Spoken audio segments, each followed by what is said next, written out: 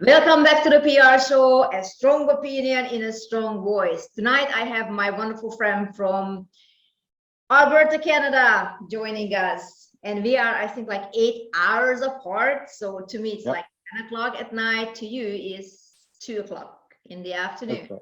All right. Okay. So there's the joys of the living in different time zones and still making time for each other. So thank you so much for joining us in the middle of your day. Yeah. A little bit about yourself. Okay. Well, so I am in Alberta, Canada, and I've always been here. I was born in Edmonton, and so I have done some traveling, but mostly just stuck around Alberta. I'm 49 now, happily married for coming on 23 years. Wow. Okay. And You have to touch on that one. People need to know how to build long-lasting relationships in anything, but especially in marriage. Sure. That's no problem. And then so 2 stepchildren and 3 grandchildren. Wow. You are a The very young young, grandfather.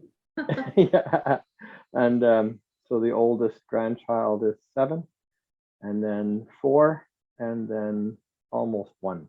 So Oh, beautiful. yeah, Best and we all live in the same house. The mom, the dad, and my wife, myself, and the 3 grandchildren. So That's beautiful. I love these Italian type of arrangements, living arrangements that all the generations kind of live in a big house. And that just seems just so natural and so normal, and wish we would have it more in different parts of the world. But yeah, I think for some people it would not work very well. okay. Just the way that they were raised. I think they might they may not get along. If But it's for like us, a huge mansion with separate entrances, like, everybody has their own, basically everybody would have their own quarters. And then I'm not saying like occasionally they would meet, they wouldn't meet like for every meal, but they would meet, well, more often than they would meet otherwise. yeah, and that's Just actually sounds so healthy. that's the arrangement that we have. Yeah, we have our own part of the house that that if the grandkids want to come down, they need to ask permission, so that it kind of creates that. Of course, the boundaries, This you is have to your set the part and so boundaries. on. Yeah, and that's parents do the same thing in Holland, which is where she's from.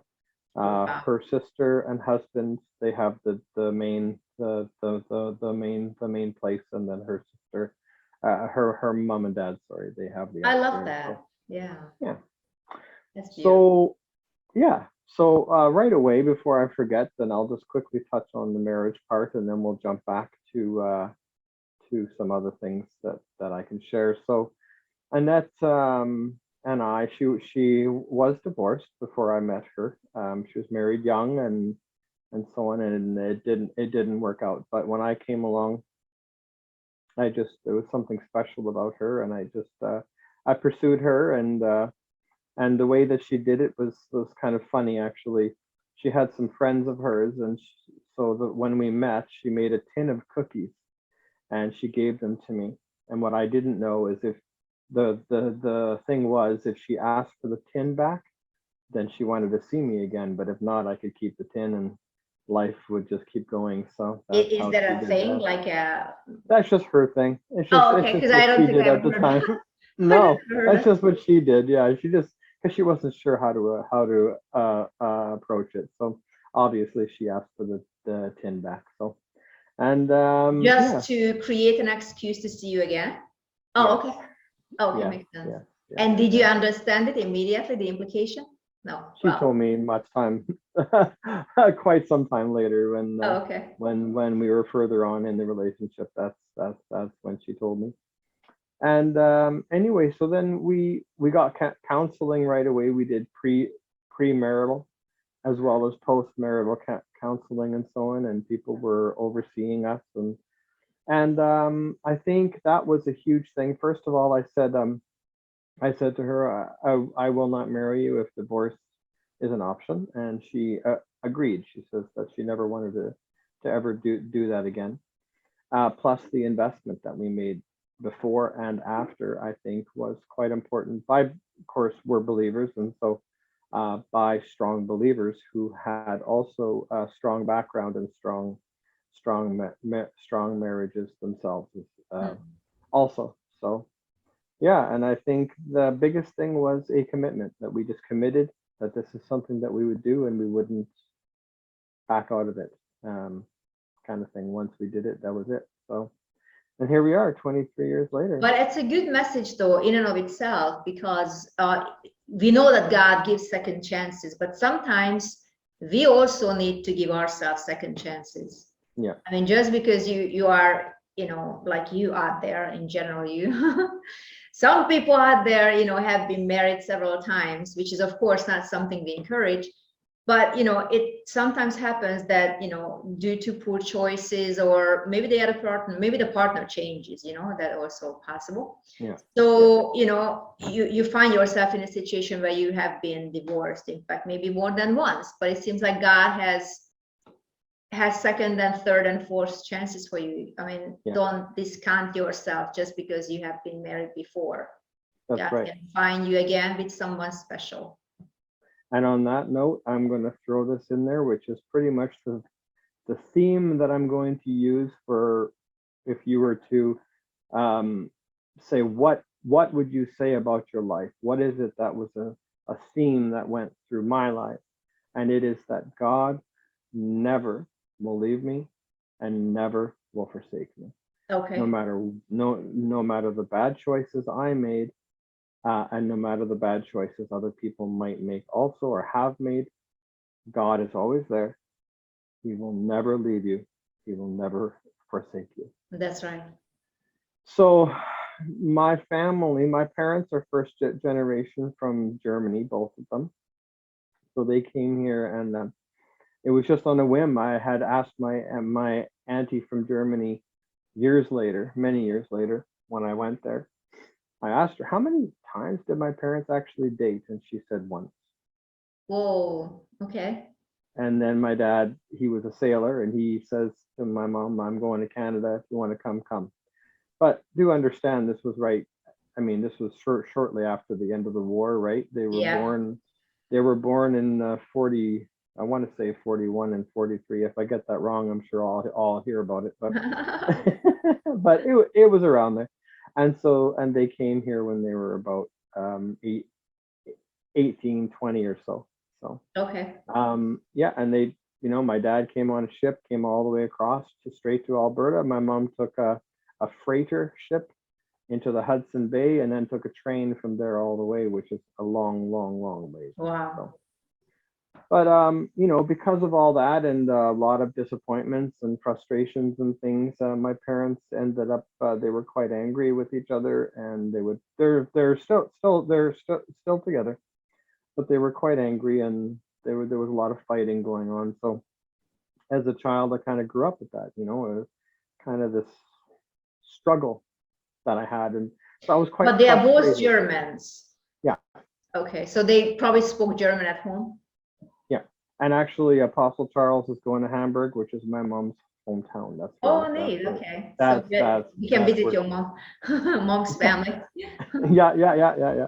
So that's where she's from. Yeah. So, but I was frustrated and quite in despair and felt alone because of all this. Plus, I stuttered quite badly as well. I had a very difficult time speaking, and so I just very often wouldn't speak. Would it be as a result of the things that you have witnessed, like secondhand, or possibly? Yeah. I'm not sure. But one thing is that I can't remember not knowing God. I can't remember not knowing him. I can't remember there was always his presence with me. Are you Jewish, by the way? You know, I don't think so, but your name can be Jewish, and since you guys are derived from Germany, that's what I would think that maybe there's something there. And of course, then it's sort of like, I think it's easy. I'm not saying it's easier, but Jewish people always have a God faith, even if they don't lead the kind of life but they would always have this in generational, almost like a DNA type of thing where they would believe. That's what I have observed. So maybe there's something there.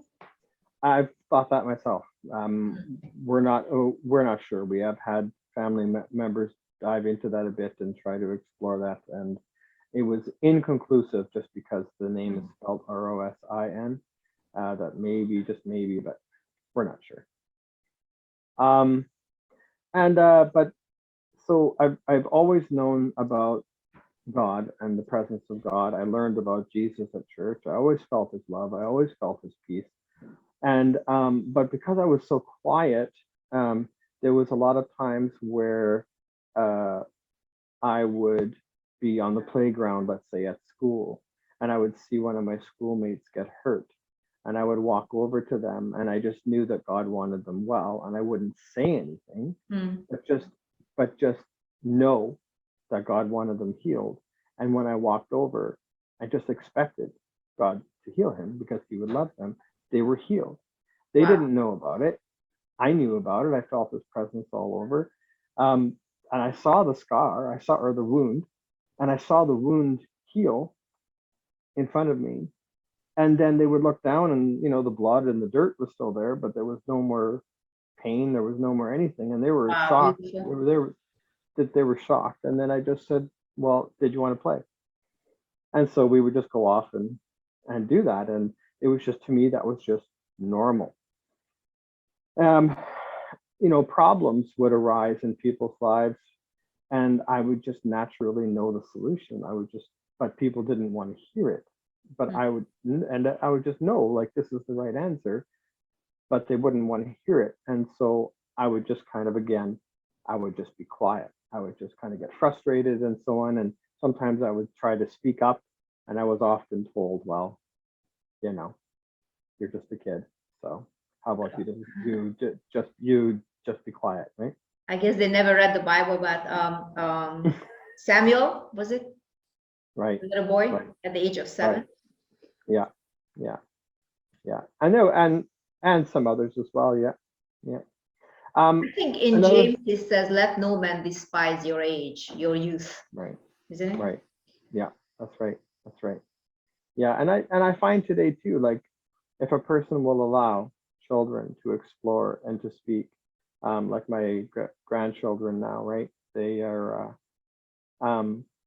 you can actually learn a lot from them as well, just because they think differently. You know what I mean? It's true. Sometimes they can stumble across an answer that perhaps you didn't think about, or I didn't think about, right? Because they're thinking outside the box. Yes, because they have a clear mind. They are not tainted with life experiences, which can be pro and con. But in this case, they would just see things the way they are without any kind of background information. So yeah. One thing about stuttering is that if you sing, you don't stutter. So I sang a lot, and so "Seek Ye First" was one of my favorite songs, and so on, growing up. And the person who wrote that, Karen, she's a good friend of mine. Oh, Karen Lafferty. Yeah. Well, tell her thank you. It really helped me a lot. She's a wonderful woman, and she has written many songs, but this is the one. This is the story behind that song. That she was in a music school for about, I think, 1 month. She was one of my teachers, and then she took me out on my birthday, so we became like very good friends. And she said she was very much down on cash at the time for some reason, and she just began to praise the Lord, and out of that, this song flow. And that song at that time, where we talked last, at that time, this produced her the most because it went around the world. You see, she sang it out of her need. Yeah. And this was the very much, what everybody knows, because if I say Karen Lafferty, you probably wouldn't know the name, but you would know "Seek Ye First." Isn't it interesting? Oh yeah, absolutely. Yeah. I sang that so much as a kid. Absolutely. So I sang a lot and was involved in music and so on, but mainly I would just sing a lot, and I was usually by myself and so on, right? And then And the church that I was going to, I was very excited about it just because I love God and I love God's people, I guess you could say. It was a Mennonite church, and the people just love God, and everybody has a part to play at the church. Um,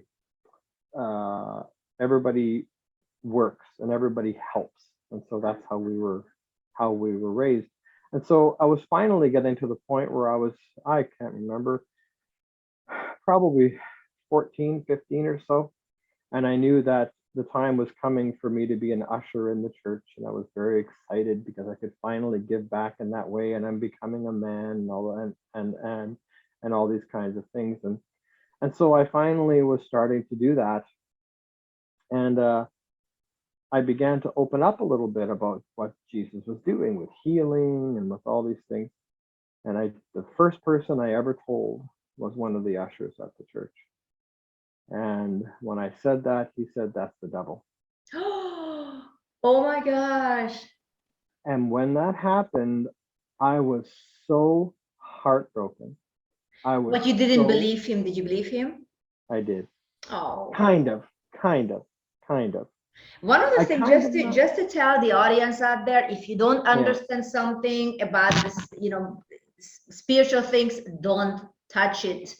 Last thing you want to do is do blasphemy, which is calling the works of God the works of the devil. You don't want to do that. If you don't know something, don't touch it. Very important. Yeah. So I did not remember this exactly. At After many years, I had delved into spiritual things that I never should have touched. But when God called me back again, what he said to me, he says, "Do you remember the last thing that you said to me?" And I said, "No." And he reminded me, and he showed me as though I was right there in the moment again. Wow. He writes And every verse down, so of course he remembers. And so what I said was, "I want to go and explore the world." That's what you told him last? But when you need me, call me. Wow. Okay. So, sounds like a promise. Yeah, and he never once left me, never once. And so again, I was heartbroken and in despair because of what that man had told me. And I said this to God, that I want to explore the world and I want to go on. And I definitely did that. There really wasn't much that I didn't do. But I was still seeking spirituality. And so I thought, well, if that's the devil, then what does it matter? And so I just explored all these other things, and they were all empty. What did just as a like a tally, what did you explore? Like Reiki and things like that, right? Yeah, different. I mean, all kinds of different things, and I'm not even sure of them all because I spent so little time on them, because it was so obvious how empty they were and how Were you silly still they were. going to the church, or did you quit the church altogether? No, I slowly started not going anymore, and so on. But when I came across Satanism and witchcraft, that's where there was a sense of power there. But of course, the sense of power is all manipulation. But at the time, I didn't care too much. One of the things that I was always able to do, if you will, as a believer, and that carried over into when I had walked away, was to look into someone's life and to see where their struggles and problems come from, and then I would be able to find a solution for them. Well, now that would twist, and I used it as power and control over people. And so if I went to a bar or something like that, and at the time I was doing so many drugs and things, I was down to 120 pounds and whatever, but my attitude was just unbelievable because I thought I was so powerful, right? And so I would always find the biggest guy there, and I would wait, and then I would bug him until he got so mad he was going to fight me. And then I would call out that very thing that he never wanted anybody to know. And I would say it exactly, like precisely, exactly word of what knowledge, happened. by word of knowledge. Yeah, You were just not yeah, using it for the right thing, right. but you had the And gift. it was manipulation, right? Yeah. And then they would either cry or get mad at me and who are you and run away and be embarrassed. And I thought I was so What did you say powerful. when they called you out, like, who are you? What did you tell them? I would just wait until they were ready. As soon as they would say, do you want to fight? Do you want to whatever, let's just get into it. I would just immediately call out exactly what it was, very specifically. I wouldn't, like, it was different each time But because when it they was, question you, who are you? How do you know these things? Do you even offer any oh, information? I just wouldn't say too much. I just say whatever. What does it matter? I just, it just, I was so used to not saying too much. I just Yeah. would use things to just kind of be better than somebody, and it's just stupid and foolishness. And even talking about it now, I'm somewhat embarrassed by it. But the only reason I'm talking about it is to kind of let's just expose the darkness. And if we ever see people try that, just know it's not God. It's Right. not God. It's not God. If somebody's trying to be better than you and try to overpower I you mean, or the gift is real. manipulate, Let's make it clear to the folks out there. yes, The gift is real, and the yes, Bible says that yes, the gifts are irrevocable. So yes. that means that depending on your poor decisions, you can actually use it for evil. You That's right. can, so those the seers and the people who say they are seers and when they don't specifically tell you this is from God, they are definitely are working for the other side, even if they don't know it. So Yeah. gifts are real. But one of the things about because while you were talking, I was reminded that maybe we need to kind of go into a little explanation for the folks out there that God always redeems in order to, no, God reveals in order to redeem, not to embarrass. Right. And most Right. often he would reveal things in private, like, he would tell the person who sees these things, take the person aside. And then it's very rare that somebody would be so unwise with such a strong gift to say it in front of the whole church, because that will break the person. The person may just run out, never return. So that's not redemption.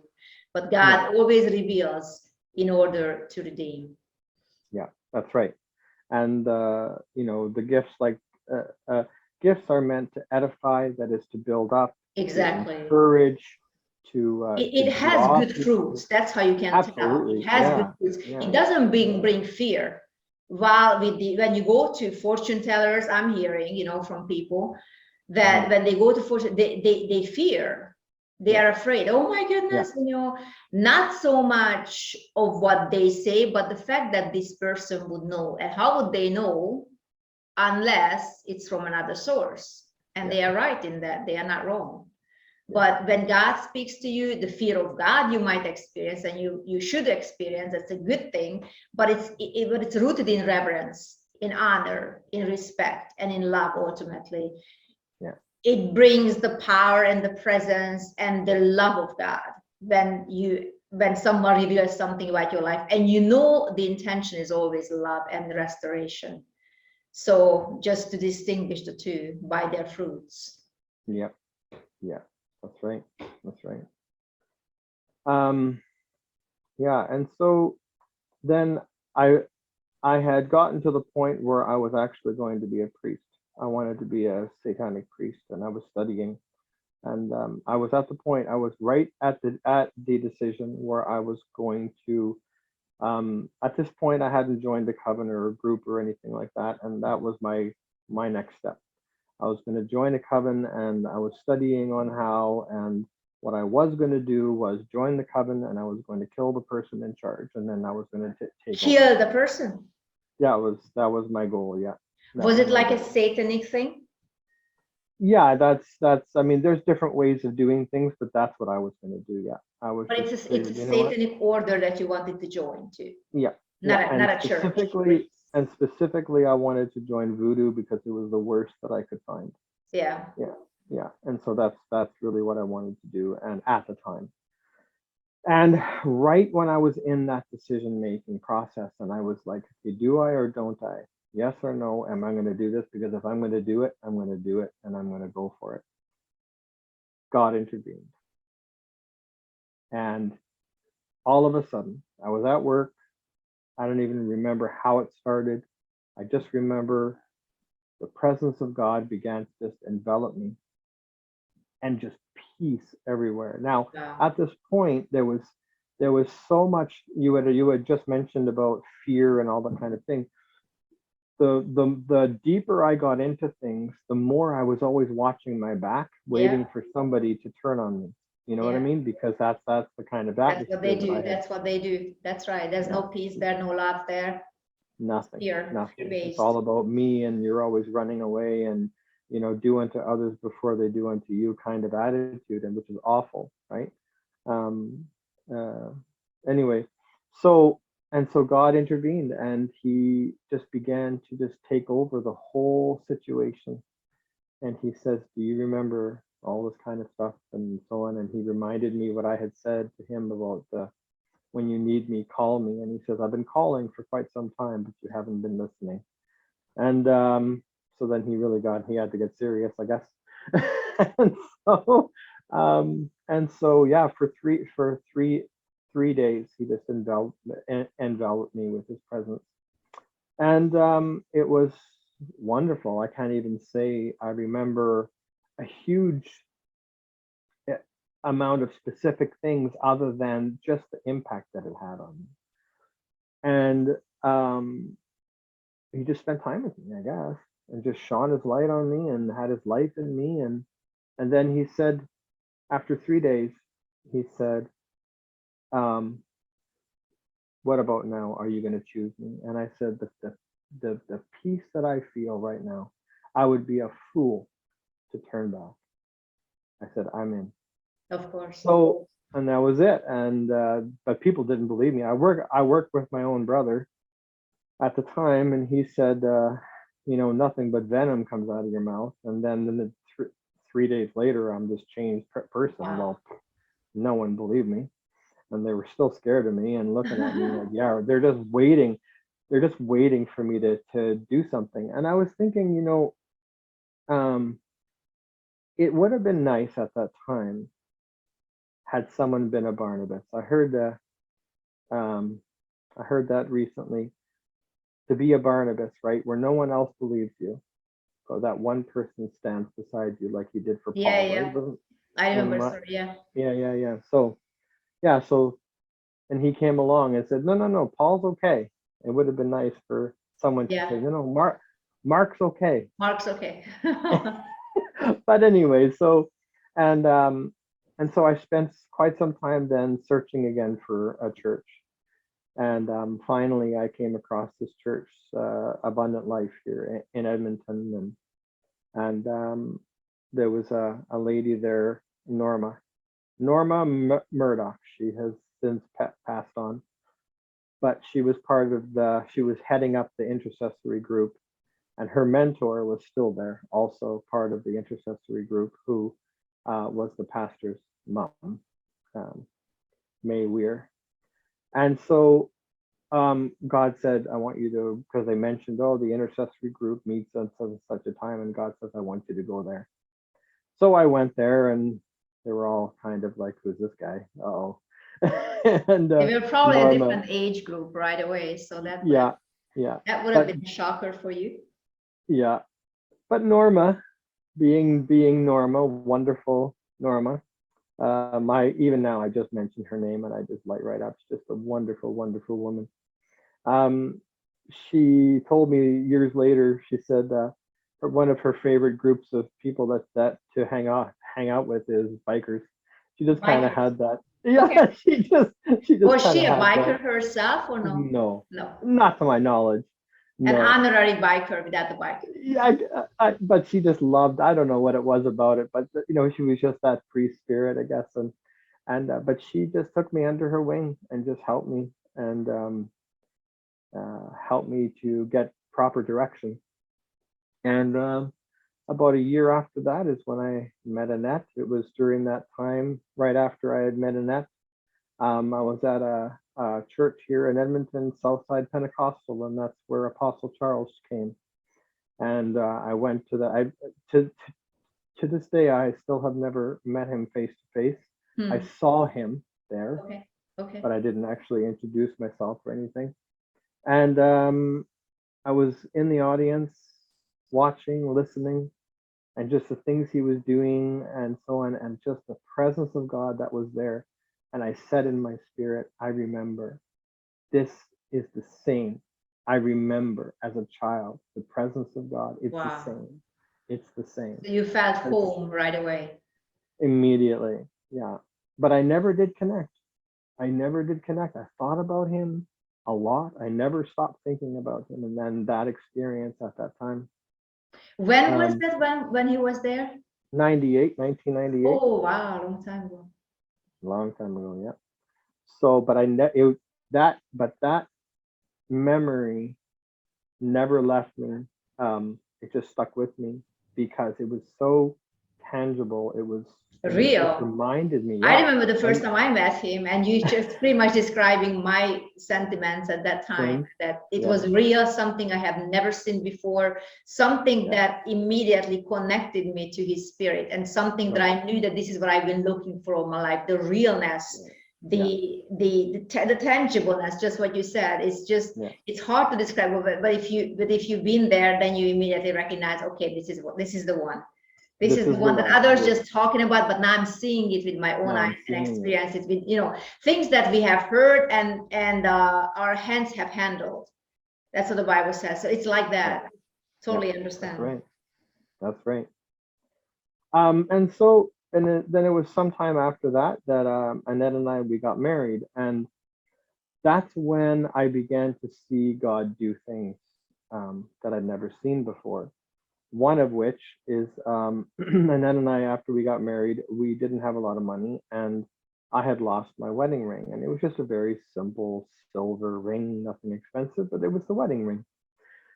And I remember I just prayed and I just said, God, you know where that ring is, but I can't find it. But I asked you for a gold ring, a new ring. You know I can't afford it, and I just trust you. And I can't remember how long later, it wasn't too much long later, I was at work.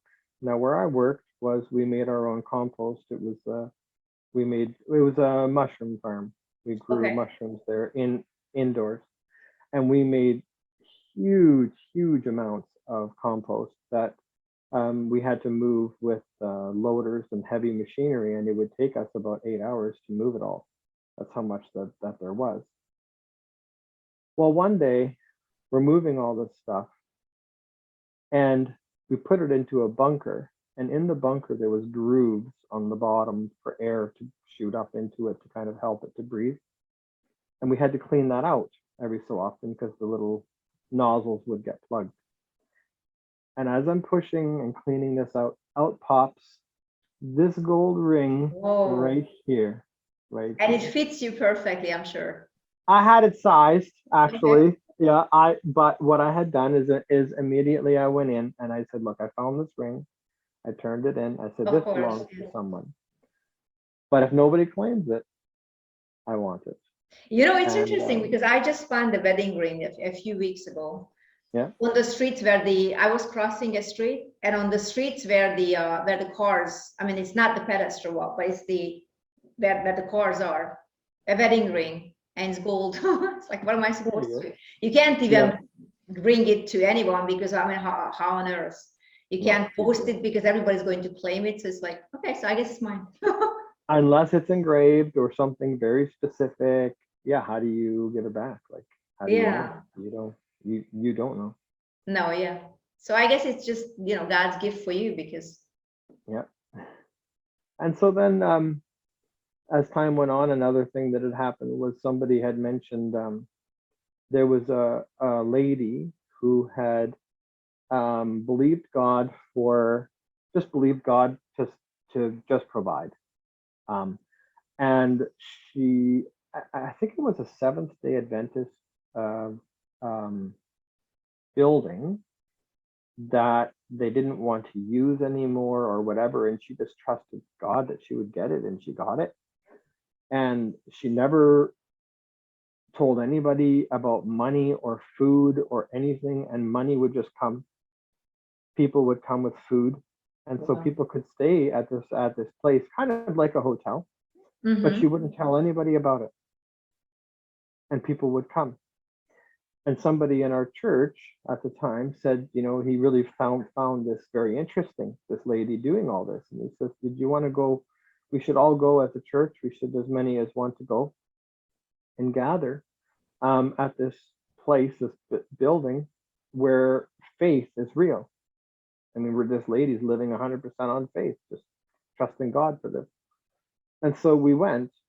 And while we were there, a lady was swimming with her children, and I happened to be swimming also. Well, she started drowning, and I was able to bring her to the edge, and she was okay. And so then she got me this watch to say thank you. So I have a little thing there. But what was really special and really sticks out to me was as we were going to this place, we just followed the signs that were on the road, and it brought us to this place. Later, she said, who here saw the signs on the way? And so many of us did. And she says, there are no signs. We went back. Okay. We went back, and sure enough, there were no signs. But I followed them all the way there. Yeah, I love it. It was so interesting. So that was quite the experience. And so, yeah. And so then I just grew up in the Lord and so on. And then I made another big mistake, and that's actually fairly recent in the last 3 years or so.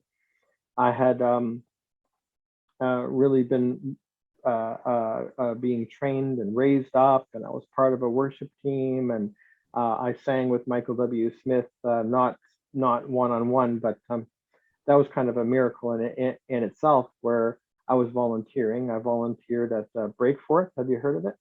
No, but I do know him. Okay. Yeah. So, and he does that in, so it's a music conference and worship conference, and he does it in Norway, and then which is where his family's from, and then he does it here in Edmonton, maybe elsewhere, but anyway. And so he was always looking for volunteers. So I was volunteering as a driver, and Michael W. Smith was coming to sing. And unbeknownst to us at the time, he called one of the leaders and said, hey, I want a choir to sing with me. And they're like, that's short notice. How are we going to, we don't know anybody. How many members do you want? We don't know any choir? Yeah, we don't know any choirs or anything. So he says, well, we want about 30 some people, whatever it was. So they prayed. The lady in charge prayed for wisdom, and they decided, okay, what we're going to do is we're going to send an email out to all the volunteers, and we're going to need 30 whatever, but we're going to go with 40 because we know some are going to back out. Some can't make it for this or that. So we're going with 40. The first 40 to respond are in the choir, and I was one of them. I had no idea at the time, and so. Yeah, so then that was quite an honor, and that for me, being on the stage with him, I was always kind of a little fearful and self-conscious about singing, but something happened that day when I was on stage with him, singing in front of everyone, being part of all that. Just the presence of God that was there, it just broke something in me, and I was no longer afraid to sing. That's beautiful. Yeah, and so that meant a lot. But as time went on, the church got smaller and smaller that I was in, and just there was more demand on everybody who was there to help and be part of the team, and I began to resent that, and I let that grow, and that was a stupid mistake, and it ended up that I left the church. And how many years have you been there? Well, to be honest, the pastors of that church did premarital and postmarital for us, for Annette and I. So that's over 20 years for sure at the time. Yeah. And so it was here through Apostle Charles that we were at a school, one of the schools that he was doing, and he was talking about offense and don't take offense, right? And I had to admit at that time that I had done it, and I repented of that. And It's good then, that you realized it, because some people don't yeah, even realize it. They just and kind of then go on with their lives and justify it, yeah, and then it just grows and festers, and yeah, then no, it's yeah. the end of everything, really. And then I went back to them, and I pulled them aside, and we went into a room, and we talked. And I said, "Look, I'm here to apologize for what had happened." And they began to say, "Oh, we're sorry about this, we're sorry about that." And I said, "Well, stop. No." I said, "There is nothing that you should have done that should have led me to be offended." Mm. I said, "I'm the one who took offense, and I'm the one who did you wrong." And I say that because that was very hard, and even now talking about it, it's it's quite a thing. But I say that because I believe that's the proper way to deal with it. If there is offense, Jesus said, "Don't let any offense, no root of offense or bitterness grow. Do That's right. not do it." And It's best to keep short accounts. and yeah, and I did it. And don't do it. Don't do it, because it really poisons things. And although I'm forgiven and I'm okay now, I don't have to start over, but I kind of have to build things back up again. And So you're still attending to that church you went back? no. Annette and I moved, and we just agreed that we would just go to a different church here and be part of that. But at least I can go, with good conscience, talk to them and so Yes, on, exactly, with their blessing. and that it's okay. Yeah. So, but yeah, I bring that up because that is so that I've had quite a few times in my life where I made some really bad decisions that really cost me, and those can be avoided by, first of all, one of the big mistakes that I made is because of the stuttering. I was so used to being alone because I just felt embarrassed about it, and I would just became quiet, and I would push myself away from people, and I was just used to being alone, and I just wouldn't connect, and that is a big mistake. Iron sharpens iron. That's what the Bible says. Iron sharpens iron, and that is that one person who is the same, if you will help the other. But you cannot have two pieces of metal that will actually sharpen the other. One has to be stronger and harder than the other for it to That's work. true. Like a file will only work on metal that it is harder than. Otherwise, Good point. it just won't. So Apostle Charles, if you will, as one example, you as another, and many others who have lived that life where you have succeeded by making good choices. Others can come to you and you can positively say, "Look, I haven't been in all the situations you're talking about, but I know this. If you do this, it's gonna do well for you." That's correct. Right? Yeah. Right? And for me, I can now too, but my file is a little bit crooked.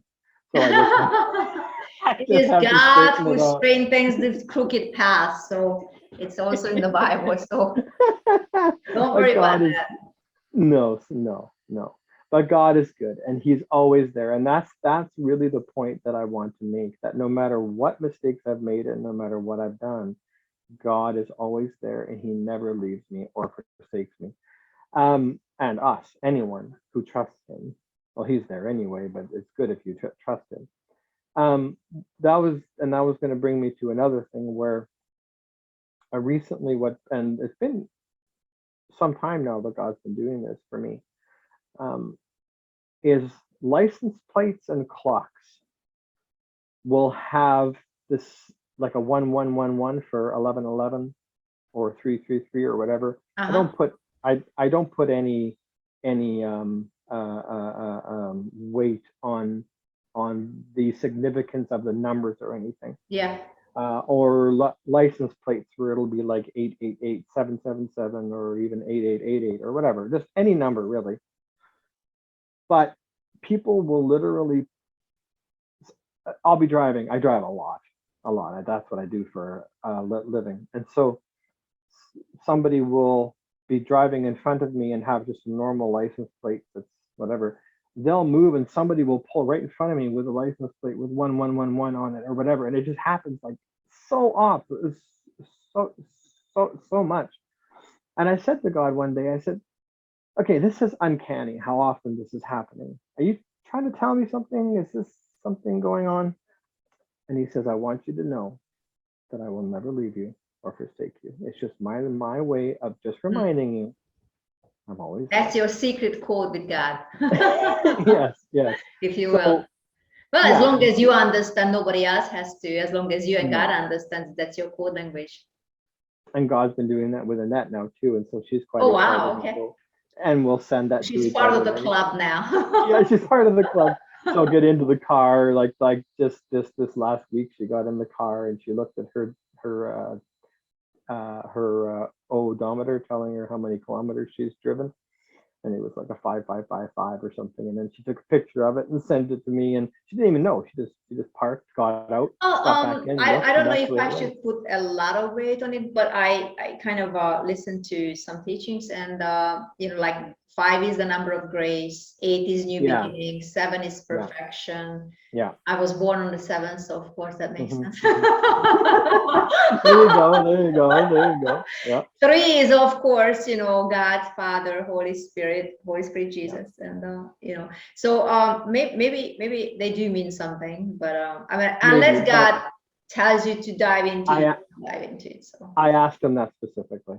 Okay. And on this one, he says, don't put weight on that. That's good. For me specifically. For you.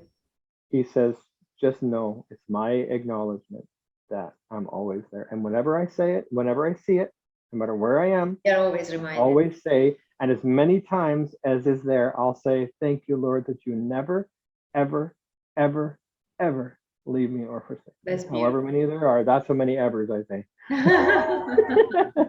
And so, and it's just so special. Like God is, he does so many different things, and even now, like I still see solutions for people. Unfortunately, very often when I let them know, they don't want to hear it. Well, okay, that's fine. Whatever, I told you. So, they'll, when people, you maybe rub shoulder to shoulder with someone for maybe a week or so, and then they turn to you and they start opening up about all their problems, and you begin giving solutions, and they look at you and go, I just want to complain, essentially. Yeah, unfortunately, not everybody who needs help wants help. This is a great lesson I have learned, I think, from Apostle, actually, that that's, and when you think about it, it's true. Mm-hmm. Many people just want to complain. Many people just want you to be there to listen. And I'm not, I can see the value in that, you being there and just giving a listening ear. Maybe no one else listens to them at home. Most people who talk all the time, that's because they have absolutely no one to talk to. So they would talk to almost like a random stranger, which is rather strange. But if you kind of see where they come from, then you probably extend some grace to them, which doesn't mean that you have to stay around and listen to the garbage. But I'm just saying that that could be one of the reasons. But really, I mean, may God open doors for you, for people that you can actually talk into their lives, because that must be really frustrating to see things and not be able to address them because it would not be wise, or it's almost like being handled like an unsolicited advice. But Apostle also gave me a bit of a clue there too, because he said, look, you need to, like I told him, I'm a writer, and so he just said, then write. I mean, how hard was that, right? And so, but really, as I've been delving into this and just getting wisdom on this, God just says, look, you have limited your the people who surround you, there was a very small circle. Mm.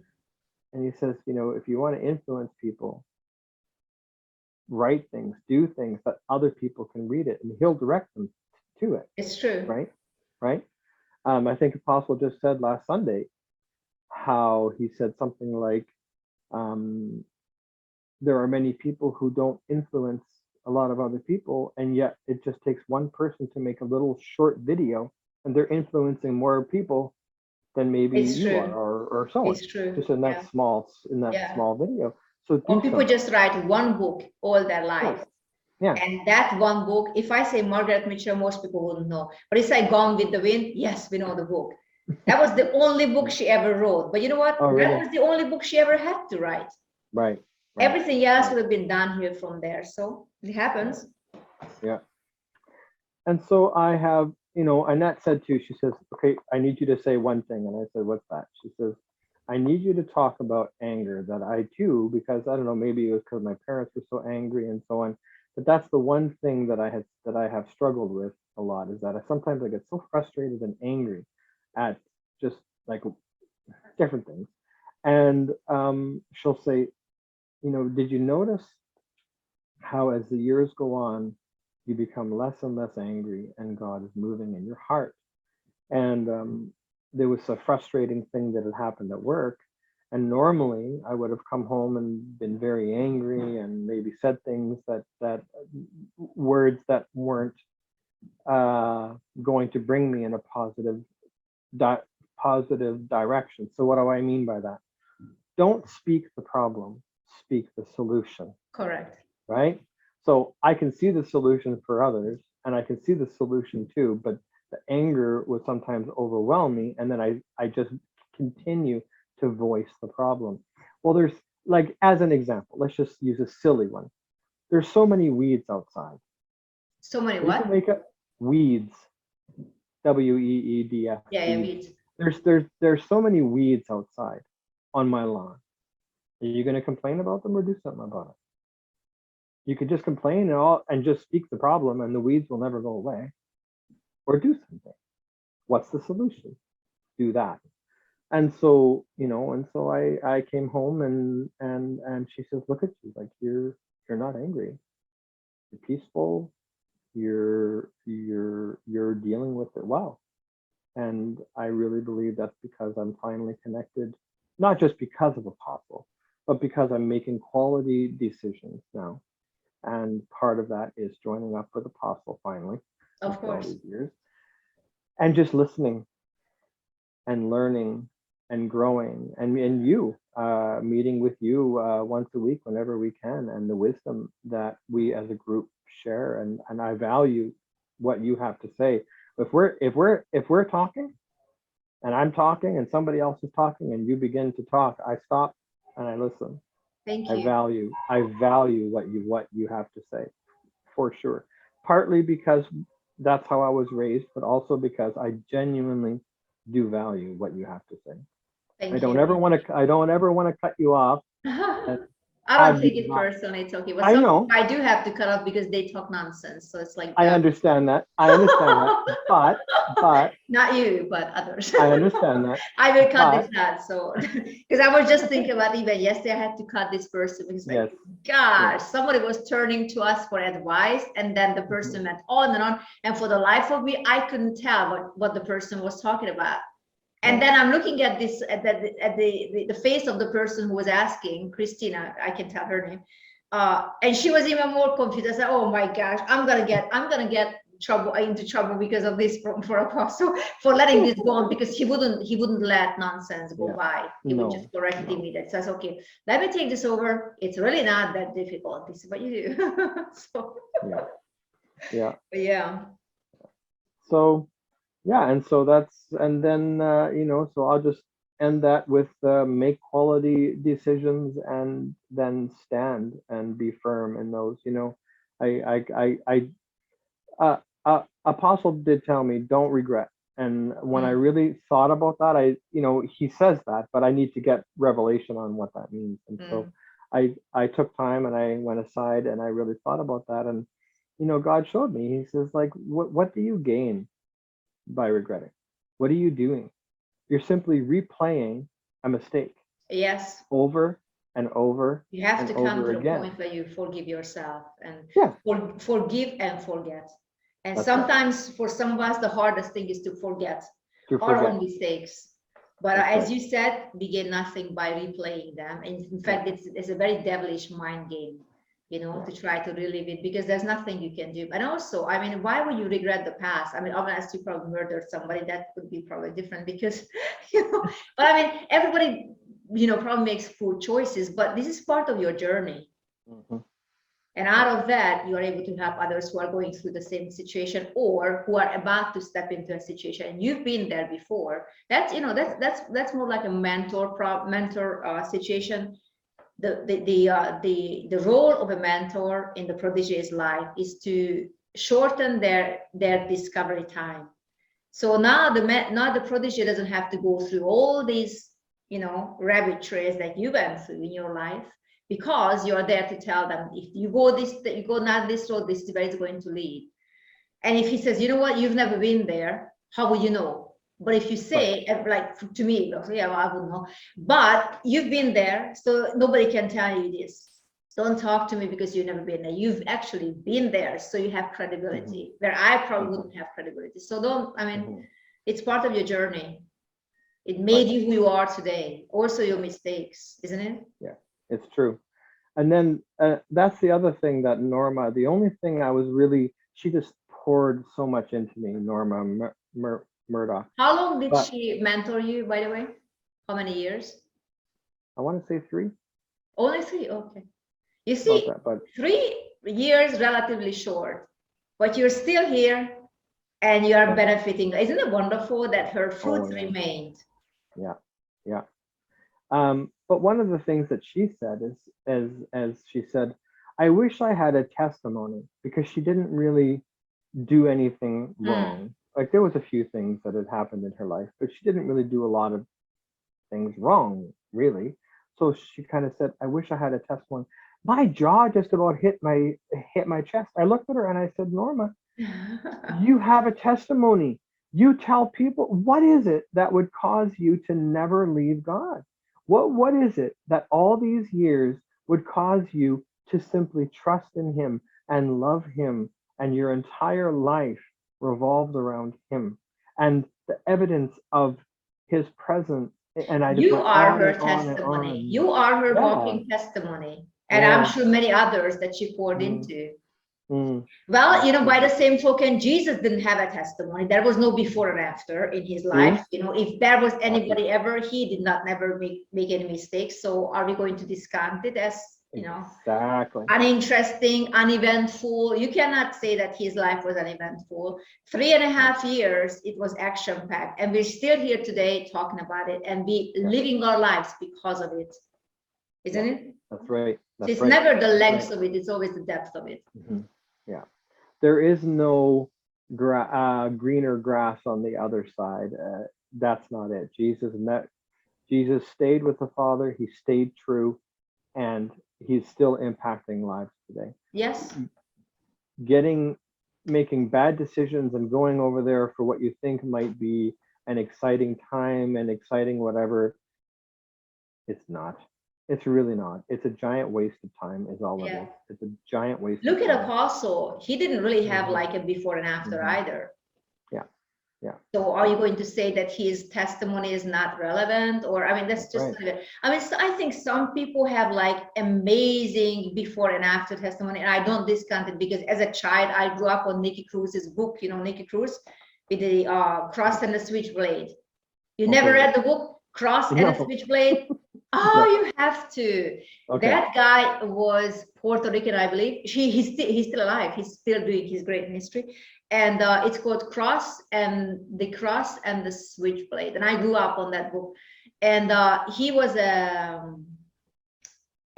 gangster in a Mexican or one of these places, Puerto Rican gangster, I think in Texas. I don't know, somewhere. I forgot. New York. I think New York, yeah. And he would kill people. He killed, by the time he was like maybe 17 years old or less. I mean, he killed like 20 people because that was the initiation ritual. I mean, now it's even worse, but at the time, you know, when he was growing up in the 60s, that's what it was. And he had to kill those people, and he was absolutely calloused, and he just wanted to belong somewhere. And then he met David Wilkerson. You know David Wilkerson? The name sounds familiar. Yeah, he's already with he's already with the Lord, but he met like a very simple guy. At the time, the guy wasn't famous like he is now, and he was a pastor, and he was the only person that Nikki says that wasn't afraid of him. Everybody was extremely afraid of him. He was like a gang leader. Of course he was. He could get any women he wanted to. He would, if he didn't like somebody, he just murdered them. He didn't care. I mean, that was the lifestyle of the whole gang. And out of that whole gang, he was the worst. And of course, he was terribly afraid. He was terrified all the time, just like you said, watching his back all the time. So, and then he met the first person who knew that the guy was Christian, and he just kept saying, David Wilkerson, he just kept telling him that God loves you. And he was never loved. He didn't know what that is. And he just began to weep, and he hated himself for weeping, because that was, you know, a man doesn't weep, especially a gang member leader or gang leader doesn't cry. So he just got saved, you know, in a course of a very, very short time. So he had like a definite before and after. Of course, now he runs a whole ministry since like 50 plus years, since the 60s. And especially going to gangs, because he can tell his testimony. But you see, people like this, you know, maybe God never will send me to places like this because I don't have that past. Maybe he will, you know, it doesn't really matter. He can empower me, and then he can give me a message that it wouldn't matter, you know, what you have been through. But I know that, for instance, I remember his testimony, even though I didn't come out from that background, but I thought it was fascinating that he was so converted from the one moment, I think within the course of 3 days. I mean, he completely abandoned the drugs and everything else and the lifestyle. He left the gang. Of course, they wanted to kill him afterwards, because you just don't walk out in a gang, you know. So yeah, I have to link this book for you, because it's powerful. But just to say that God can use anybody, and look at Apostle. It's being used around the world, and not because of his personal testimony per se, but because God uses him as a vessel, and he made himself available for that. So it's quite amazing too, that when I had that experience with God for those three days or so, and you know, and how I was able to just go and minister to people immediately. And it wasn't until I got to the church again where people started to resist me, and they would say things like, "Who do you think you are? Like, what? I've been a believer for years, and you just walk in here, say for 3 days God did this for me, and now you're coming in here and you think you could just preach to people?" And I'm like, well, where did I hear that before? Kind of what we're supposed to do. And so then again, there too, I kind of got hurt a bit too, and so on, and then kind of went on this kind of spiral of going the wrong direction again, because I'm like, well, okay, you know more than I do, so maybe I should just back off and just, you know, whatever. Big mistake again. Yeah. You know what I have noticed, that Christian ministers, or you know, well us, we never have a problem in the world, right? Isn't it? Yeah. They receive us with open arms. They don't care that you wear makeup. They don't care that you have long hair or short hair, or, you know, glasses, or, you know, beard or something. They just looking for what you can do for them, which is okay. They don't look into, okay, so can you show me your credentials? Can you show me which Bible school you attended to? All this nonsense, you only hear it from church people, in terms of religious people. Because not everybody who goes to church is religious, but I'm just saying that, for, you know, just like, you know, sounds like religion hit them hard. Right. One of the last things I want to say is I wanted to just bring up Chief Shoefoot. You ever hear of him? You ever hear of this story? Chief Shoefoot? No, I don't know. I can't really say. Amazing story. But he was a shaman Okay. In the Venezuelan rainforest, Oh, lovely. Okay. and he became a believer. But he talks about how he was spiritual, and the other shaman noticed that he was able to connect with, the spirits of animals and this kind of Yeah, yeah. thing. And so then they raised him up by just blowing drugs up his nose until he just whatever, and did a bunch of chants. And that's exactly what that's exactly what he said. So that's a big thing. Like, you'll notice that drugs has a big impact on people who get into that, uh, into satanic devilish stuff. There's always drugs involved, because you need to numb yourself You to open yourself tools. up with the drugs, of Yeah, course. That's what yeah, happens. Yeah. yeah. Anyway, so but he became a believer, and so then as he himself had gone around to other tribesmen and other shaman and so on, and he was witnessing to them, one of them, so, so interesting, said to him, I know who you're talking about. I know the God that you're talking about. I see him, literally see him. He said he is on a throne, and he has a river flowing out, and he has all these beings that are around him and all this kind of stuff. But my spirits tell me he's the bad one. My spirit tells me what? My spirits, the ones who he could see, the actual demonic spirits around him, were telling this other shaman that God himself was the bad one. Oh, okay. And that they were the good ones. Oh, well, And he of course says, they're gonna no, say no, that. no, no, no. For me, just to even hear that someone can actually see, that just blew me away. Blew me away. And the man, I think it was the son of the man who led Chief Shufut to the Lord. One of the things he would do as a small boy is he would go to other tribes where no one had ever gone before, and he would witness to them. Wow. And he says what would happen is he would walk up, and the tribesmen there would stand and threaten them as just kind of a ritual that they would of course. Just try to plus try they to like kill being you left off. alone, so Yeah. And so yeah, as and you so know. but he said he went to this one, and they were all standing there and whatever, and he just walked up, and he said it was so quiet. He says normally the shaman would be chanting and people would be doing things, and it was absolute silence. And he went up to one of them and he says, what's going on? And he said, well, actually, our spirits are wondering when you're going to go away. He said, why? Because they can't come back until you leave. Wow. Because the presence of God is here so strong. Wow. And that tells you something, right? Yes, that of really course. tells you something. He walked in purity and so on, and just walked around, and God was there, and even the demonic spirits had to flee because of the did the tribe not convert to the God who is obviously bigger? With that particular tribe, I'm not sure, but I know Chief Shufut said that his tribe he has actually passed on now, but he said at the time his tribe almost all had come to the Lord.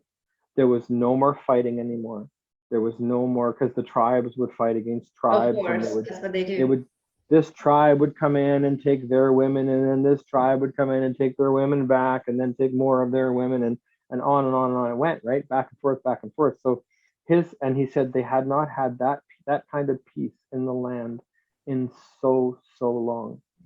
And there was one time, he said, where there was a lot of tribesmen who were coming to fight, and the Chief Shufut got up and he began to pray and just talk to God about it. And he talked to the missionary or whatever there the next morning, and he says, does God have these beings or something that come? And he says, yeah, those are called angels. We haven't told you about that yet. He said, yeah, I went out and I was just talking with God, and I could see them surrounding the entire village. Wow. And I just wasn't sure what that was about, but I knew that, like, I didn't feel threatened by them or anything. And he said, yeah, God sent them to protect you. Well, there was a tribe coming, and they were going to attack, and they knew about it, and they just prayed that there would be a blessing or something on them, and that they would not have to fight. And as the other tribe was making a canoe, they a piece of wood flew up and hit one of the guys in the eye so bad that he couldn't see out of that eye. And he said they took that as a bad omen, and they left. They actually didn't. They didn't come to attack. Yeah, and that reminds me of a story of Mary Cave. I'm sorry, I was going to say someone else. Mary Glacier. Have you heard of her? I don't think I did. So she was from Alaska. She came here around the same time that Apostle did, in the Edmonton area, and she was an intercessor. I'm not sure. I haven't heard of her. I don't know if I'm assuming she's still around. I'm not sure. But and so she was talking about the revival that they had there in Alaska and what they had done. And one of the things that had happened was that the school board in the area where she was, they knew that she was a believer and that they were praying and that it was very effective.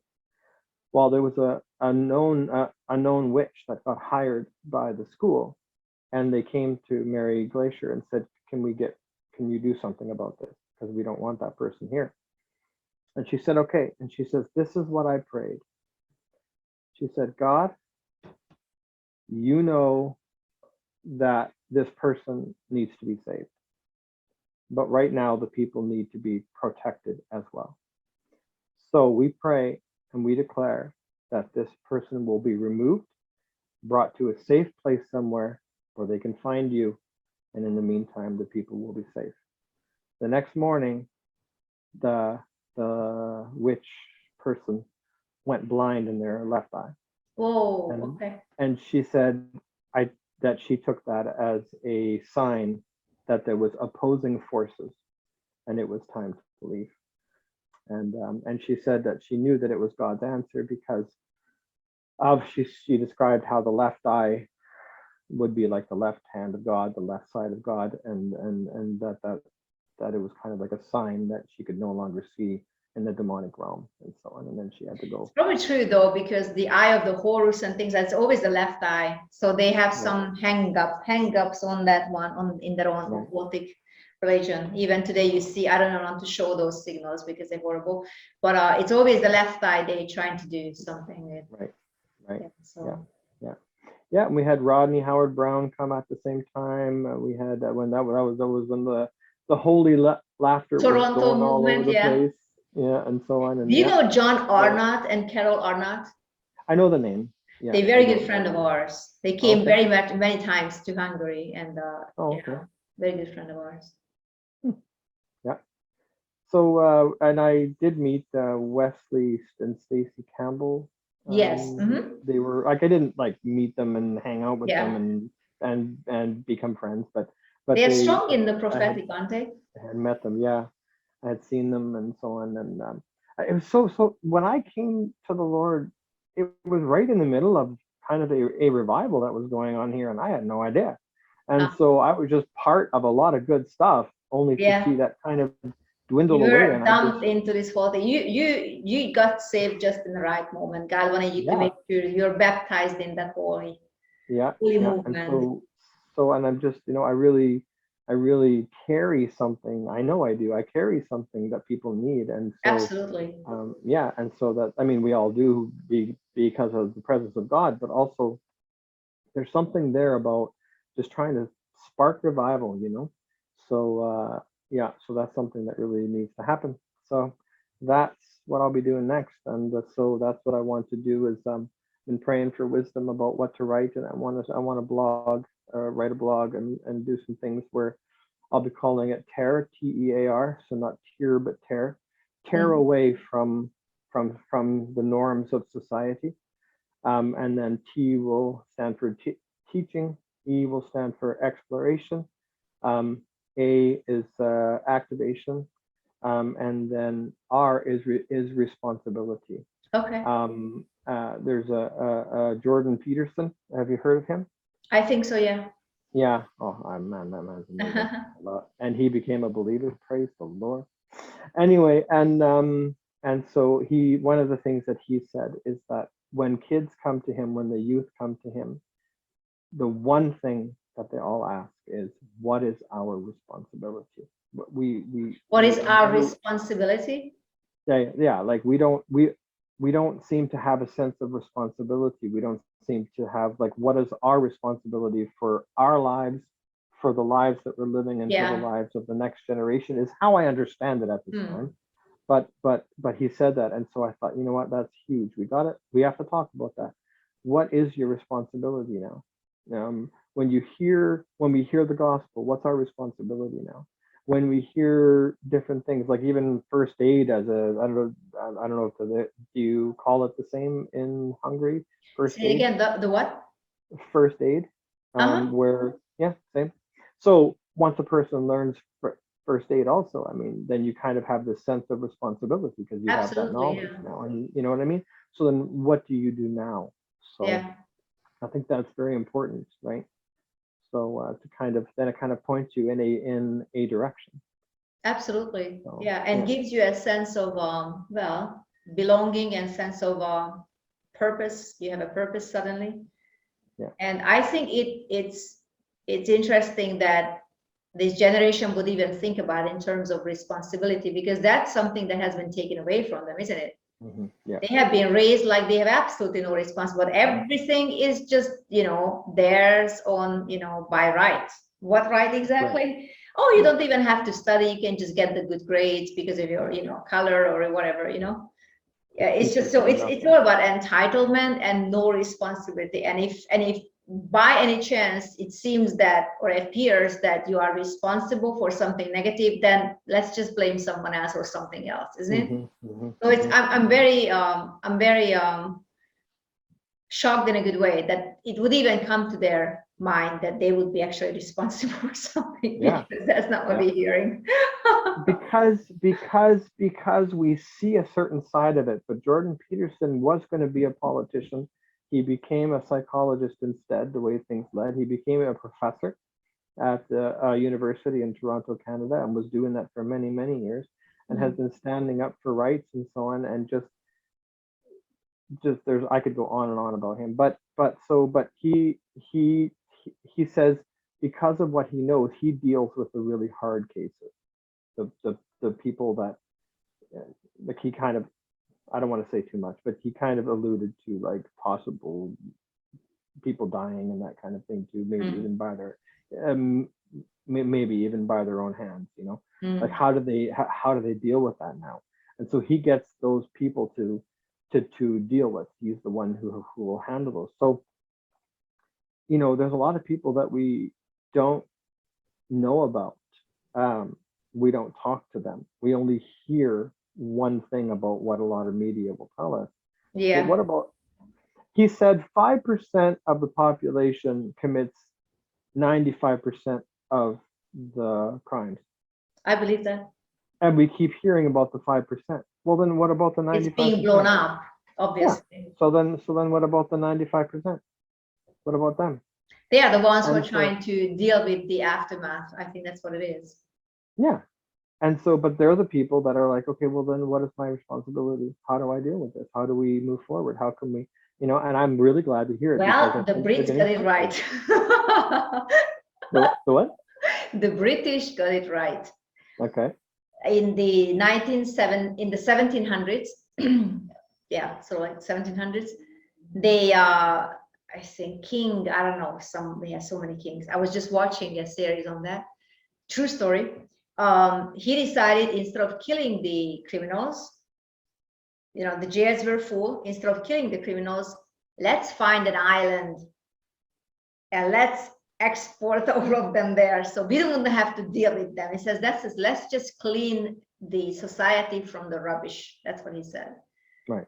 And obviously he sent them to Australia, and he says, okay, well, that's what it is.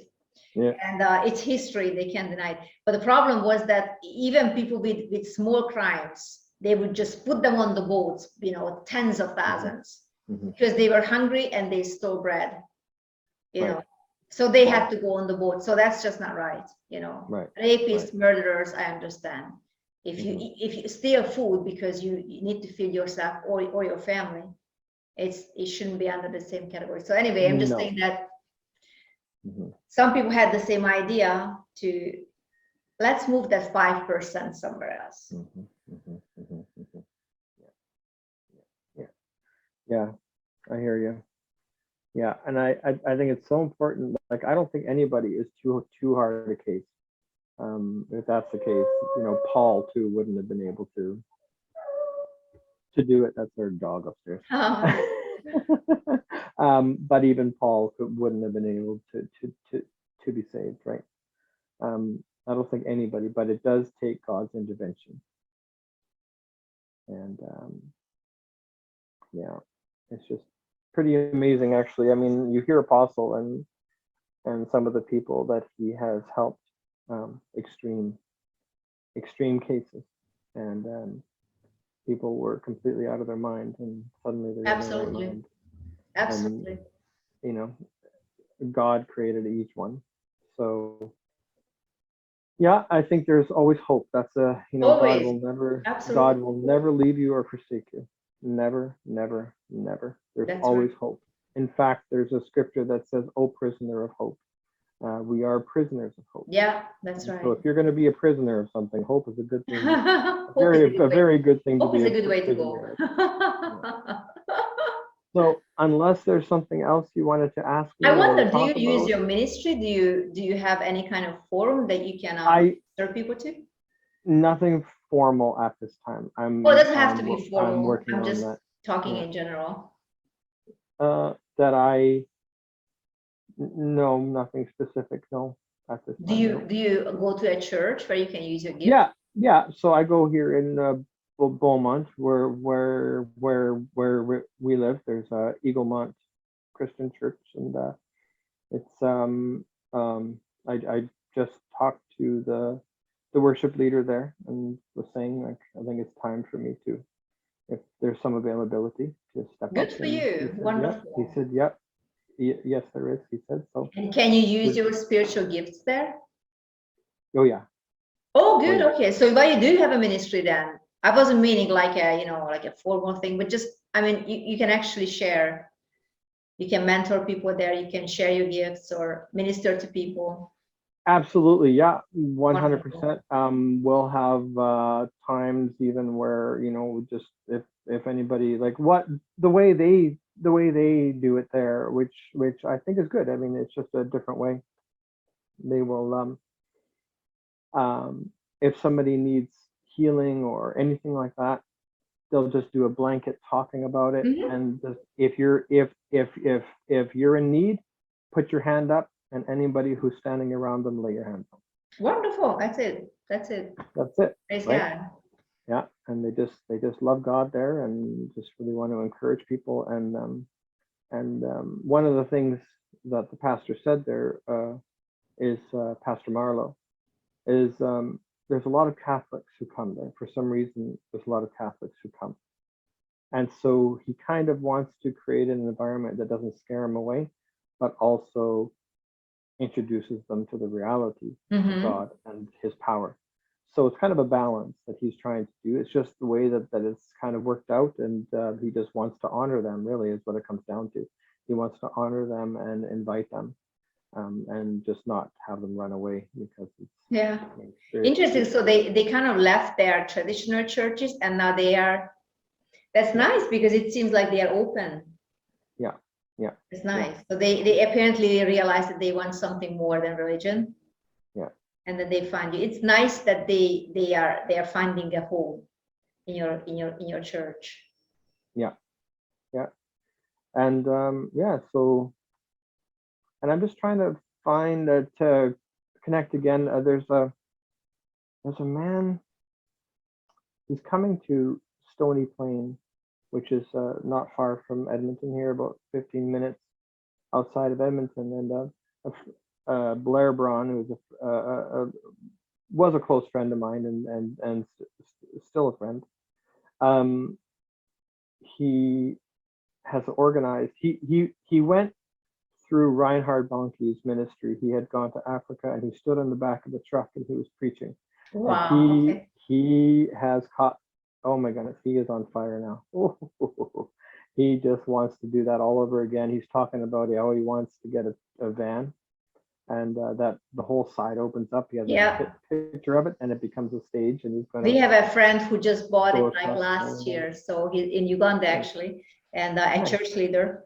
And he whenever we are there, he gives it to us for our disposal, because what we do, of course, we go to the main cities and all, but there are villages that, you know, sometimes people cannot just walk out of because it's far Right. away, you know. So we would go So you from go to village to them. village. Yeah. Yeah. And with that truck, it would be much easier than last time we went there, you know, with different equipments. But yeah, it would just make it so much easier. Yeah. Well, yeah, that's good, right? The less time you have to set up, is more time you can deal with the people. You can Yeah, love on the exactly. people and spend time with people, right? So that's very efficient. So, but yeah, there's a gentleman coming, and he's having a tent, and it's the start of revival here. I keep hearing about this revival meeting in the tents, like the tent revival, like many years ago. Yeah. 50s, 60s, 40s, and those were seem to be so successful. So many people were there. The Lord was there, of course. Well, that was one of the things that we had done actually in the church there before I had stepped away. We had sent up a tent for the neighborhood, and what we did is people could come, we would feed them, invite them, and then we would have different things. One of them was just come and sit down, and we'll just speak a word over you that God was saying. Yeah. And I was part of it.